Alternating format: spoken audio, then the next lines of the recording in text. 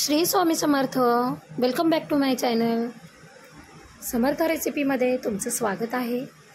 मी आज बनवली आहे उपवासाची साबुदाण्याची खीर.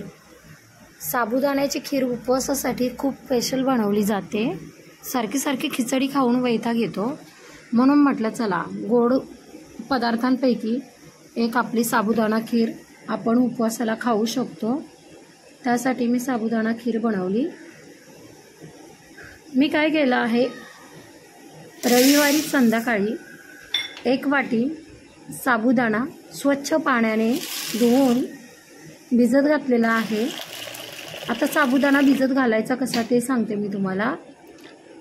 जर आपला 1 वाटी साबुदाणा असेल तर आपण भांड्यामध्ये साबुदाणा ठेवल्यानंतर भांड्याच्या निदान अर्धा इंच वरती येईपर्यंत पाणी घालायचे.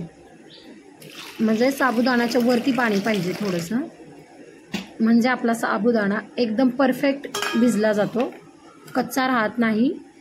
शिजवला की त्याचा लगेच गाळ होतो, त्याच्यामुळे शिजवायला जास्त वेळ लागत नाही.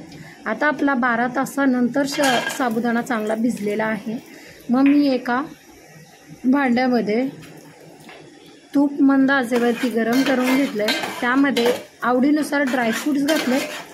ड्रायफ्रूट्स आपले चालतात उपवासाला, म्हणून मी काजू, बदाम, पिस्ता, मनुके घालायचे असेल तर घालू शकता.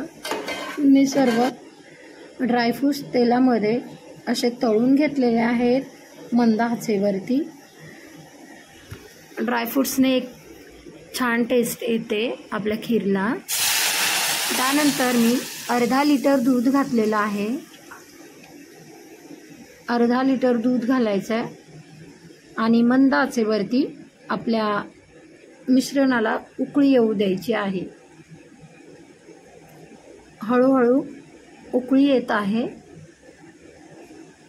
उकळी आल्यानंतर आपल्याला यामध्ये आपण भिजवलेला साबुदाणा आणि साखर घालायची. मग मी अंदाजे 1 वाटी साखर घातली. मीडियम आकाराची वाटी घेतलेली आहे. 1 वाटी साखर घातली आहे. त्यानंतर थोडंसं उकळी येऊ द्यायचं आहे. पूर्ण हलवून घ्यायचं आहे, मिक्स करून घ्यायचं आहे.